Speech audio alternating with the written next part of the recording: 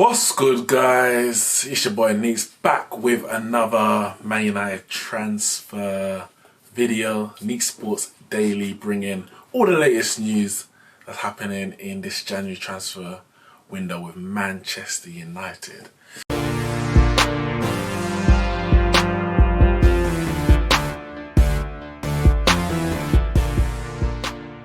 Boy, listen, it's been an exciting day. It's been an intriguing day.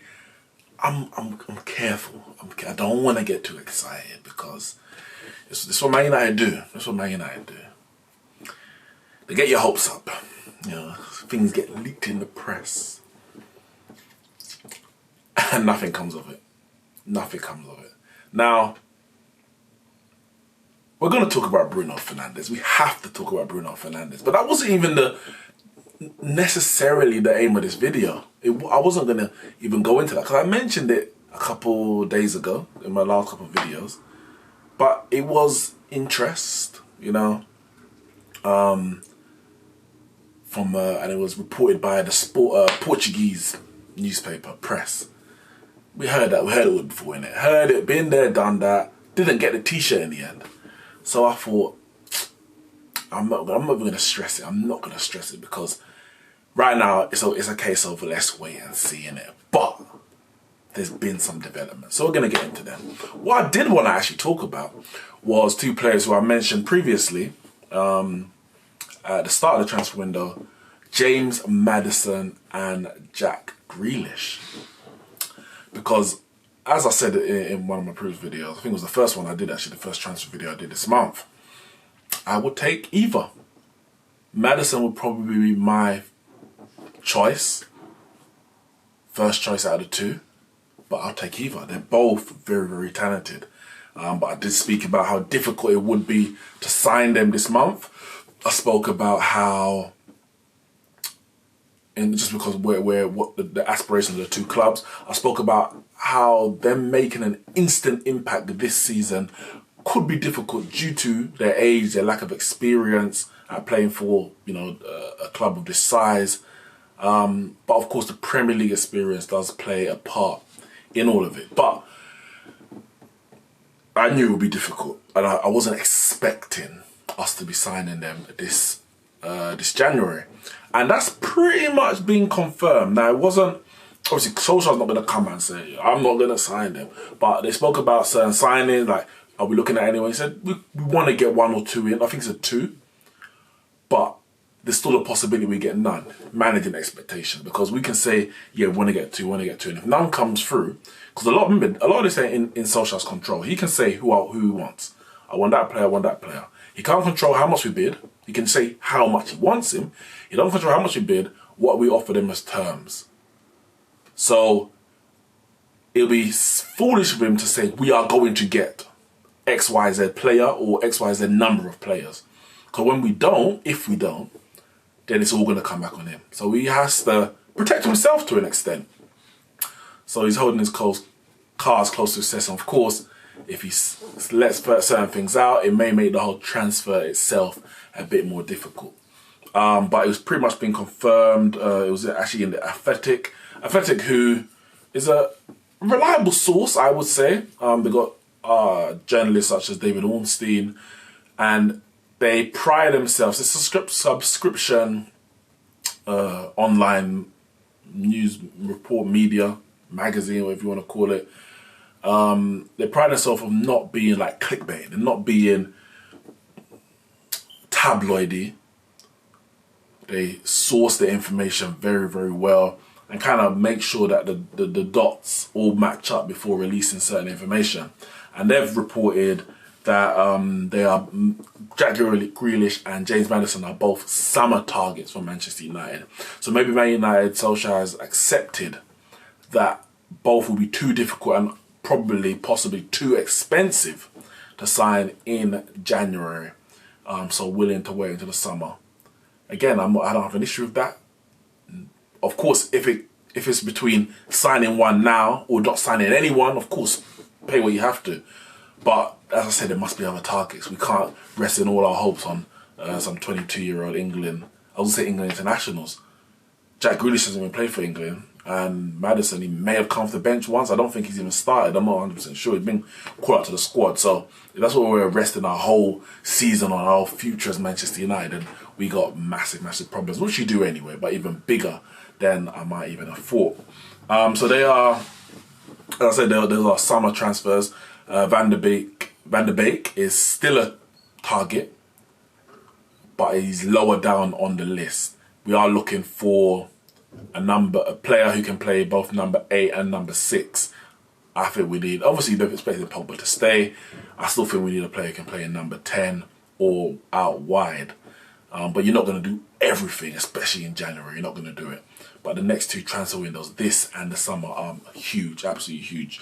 There's another player we've spoken about, which is Man United have spoken about, Kai Havertz from Bayer Leverkusen. And he's a summer target because his value is somewhere near around the region of 100 million. I know it's a lot. It's a lot for a young player who hasn't really done it. He had one season in the Bundesliga where he banged. Talented, yes, 100 million.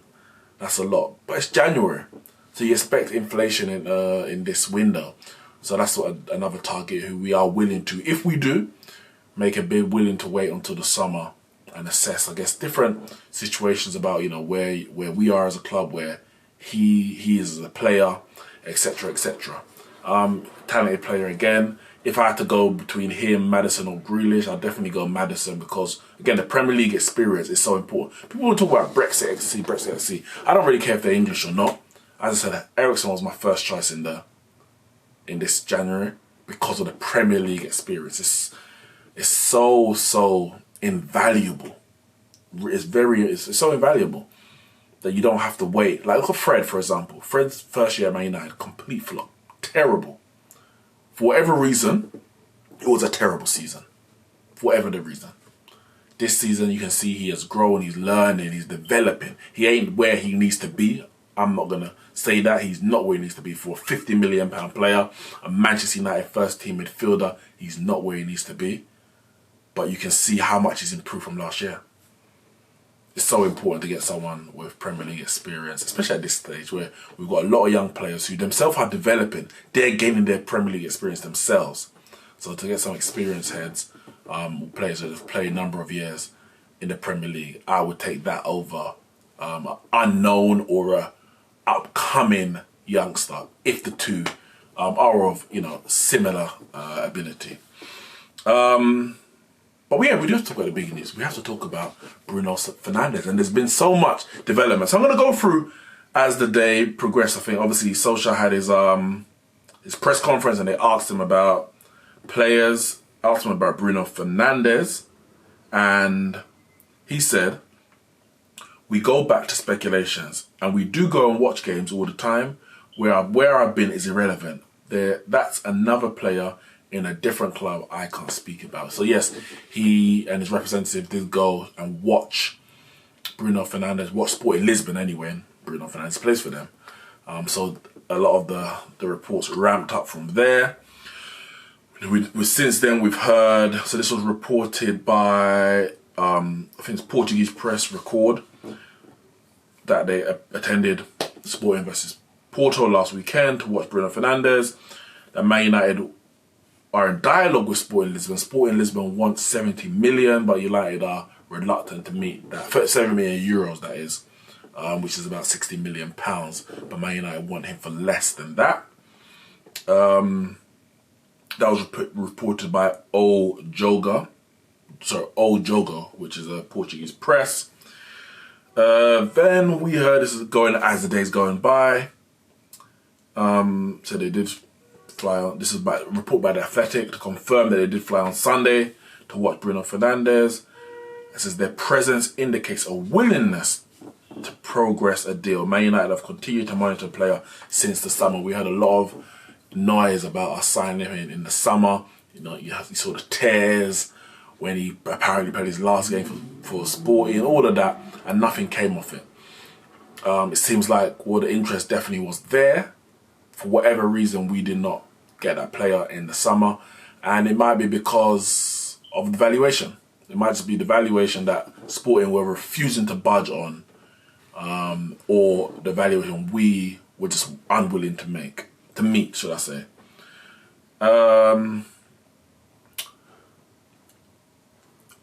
And then this is from Duncan Castles. People close to Bruno Fernandes are briefing that they expect an offer from Man United by next week. So discussions have taken place. They've looked at the player, but they're yet to make an offer. Of course, that's a formal offer because you have discussions, you see what the valuation, and then you put in a formal offer to. Because before formal offer, it's all talk. It's all talk.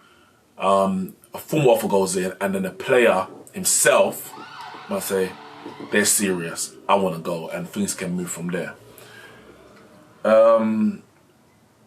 As I said, Duncan Castles also reported that Man United would like a midfielder who can play both number 6 and number 8. I'm not sure Bruno Fernandes is number 6. I'm not sure about that, but definitely as a number 8 and a number 10, he can definitely play. So unless, as I said, it depends when Pogba comes back, if they plan on putting Bruno Fernandes further forward than him, and Pogba playing a bit deeper as an 8, then, or a 6, I don't know what the plan is, but for me, I wouldn't want to see Bruno Fernandes in 6. I've never seen him play there. Unless you lot have seen something I haven't, that's not the position he has made a name for himself. He scored 30 goals in a season last year. So he ain't doing that from defensive midfield. Speaking of number 6s, it was reported by, again, Duncan Castle. It says that Man United have rejected offers from Inter Milan and Atletico Madrid for Nemanja Matic, who is, I guess, our number 6. As I said yesterday, we're clutching on to Ashley Young. No surprise we're clutching on to Nemanja Matic. But I don't know what the offers were. And what replacements do we have in mind or in the club to afford to lose another player in this January? I don't think we really do. You'd hope that we've got players in mind. Whether we're going to get them or not, another matter. Again, I don't trust the club to be able to get that amount of business and that important business done in this January. Doesn't mean Matic is the right man for us, but maybe he has to just be the only man right now, especially with McTominay being injured, and Pogba as well, of course. Now, apparently the Atletico Madrid deal was including Hector Herrera. I ain't seen much of him. I've seen him, but I haven't seen much of him. But he's good. He's good. I'm not gonna lie. But is he Man United quality? He's an upgrade on Matic because Matic's legs are gone. That's it. Everything else, Matic is good. Matic can tackle. Matic has got strength. Matic can pass. Maybe not the quickest in terms of passing, but he can pass. He hasn't got the physicality in terms of pace that he used to have. And that's really, really his downfall. Hector Herrera has that over him. Therefore, he can get around the pitch a bit more. So yes, he is an upgrade. But we get Hector Herrera as a replacement for Matic. I can see us still asking for a defensive midfielder in the summer. Because Hector Herrera is not the defensive midfielder we need. He's not. Trust me. He's not the defensive midfielder we need. It's all good getting an upgrade. We need to still get the right players. Being better than Pereira, better than Lingard, better than Matic, doesn't mean you're good enough for Man United. It literally just means you're better than Matic, Pereira and Lingard. Because they're not good enough for Man United. They're not the bar of the quality of player we're trying to get. Pogba is the level we should be looking at. Of course, there's not many Pogbas out there, if any. But that's the kind of quality in certain positions we need to be looking at. A lot of those players are at bigger clubs. So you can't, or big clubs, should I say, and you can't necessarily get them. So you say, okay, which are the best players available that we can get? And Hector Herrera is not that player. He's not. So let's move on with that. Keep Matic. Just keep Matic in it. Even if we get Hector Herrera, keep Matic in it. Because we ain't got the numbers. We need the numbers. I don't mean give Matic a contract, by the way. Don't do that. Forget all that foolishness. But yeah, there's a lot of reports. Sporting Lisbon manager Silla says Bruno's a huge player and all players like him have a lot of market. I don't like to think about that, but I'm thinking of alternatives in case Bruno leaves. I hope it doesn't happen, but we have to start thinking that. Odds have started slashing, and more reports about the sporting president and the director are currently at Man United's offices negotiating the transfer of Bruno Fernandes. There's a lot. There is just a lot. People saying it could be done it's very close. Sporting has actually made a comment. Sporting Lisbon officially have made a comment to say the president, Federico Fernandes, is abroad for professional reasons. Listen, it could be anything. I remember two summers, I think it was Moyes' first summer or was it LVG's? I can't remember. And it was definitely last summer. Woodward's flying back to Manchester. He's cutting short his holiday to attend to important transfer business. We signed Moyes. We signed Fellaini. And nobody. After he came back. Like, he could be on personal business. I heard, what's his name? Erling Haaland. He was flying into Manchester. Yeah. To go on holiday, he had to get connecting flight. Like, him being away doesn't mean what we all think it means. It might. But it's not given. It's not given. But literally everyone is reporting it. Simon Stowe, and he's retweeted, and obviously it's BBC. Man United and Sporting have had meaningful discussions for Bruno Fernandes with Sporting's officials still in Manchester. It's hotting up. It's a very, very strong possibility right now that Bruno Fernandes could be a Man United player this month.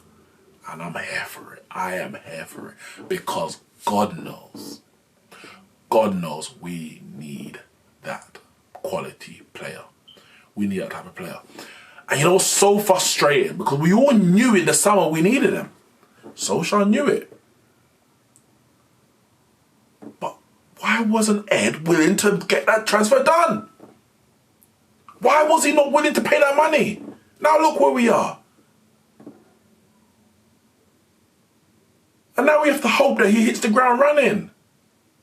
Imagine we had him and he had a poor first half of the season as he's adapting. We couldn't be any worse than we are now. Then he has a good 6 months because he's learned for the first 6 months. But now we're just hoping and praying that he can hit the ground running. It's no given. The Portuguese League and Premier League is two different levels of football. You just hope and pray. Hope and pray first and foremost that the deal gets done. Because you can't back Man United when it comes to that. You can't. And then you just hope that he's successful. But one step at a time. Hold your horses. As I said, James Maddison, Jack Grealish, Kai Havertz, if we are going to go in for them and make official bids, those look like summer transfers due to clubs, the respective clubs' aspirations and unwillingness to sell in this January transfer window, mid-season, and also the valuation that's placed on these players' heads during this month, and Man United's unwillingness to meet the high demands. And Bruno Fernandes, if you listen to the reports, we all read them, we all see them. If you believe them, this deal is getting very, very close. It's getting closer. It's getting closer. It could happen within the next week. It could happen. But we take every day as it comes. Tomorrow we go to Norwich. We play Norwich, should I say. Maguire could be fit. Pukki looks like he's out. Either way, regardless of those injury situations, it's a game we should be winning. A game we need to win. 3 games now in all competitions without a win. Premier League, Arsenal, Wolves, and in the FA Cup and Man City in the League Cup. We need to get back to winning ways, if just for the confidence, if nothing else. Top 4 race is still on. is still on. But winning is the only way. Results is the only way we're going to get into that position. Guys, let me know all your thoughts on everything I spoke about today. Drop your comments below with your prediction for the Man United Norwich game tomorrow. And I will see you with a match review after that. Hopefully after that W. Hit the like and subscribe button. I'll see you soon.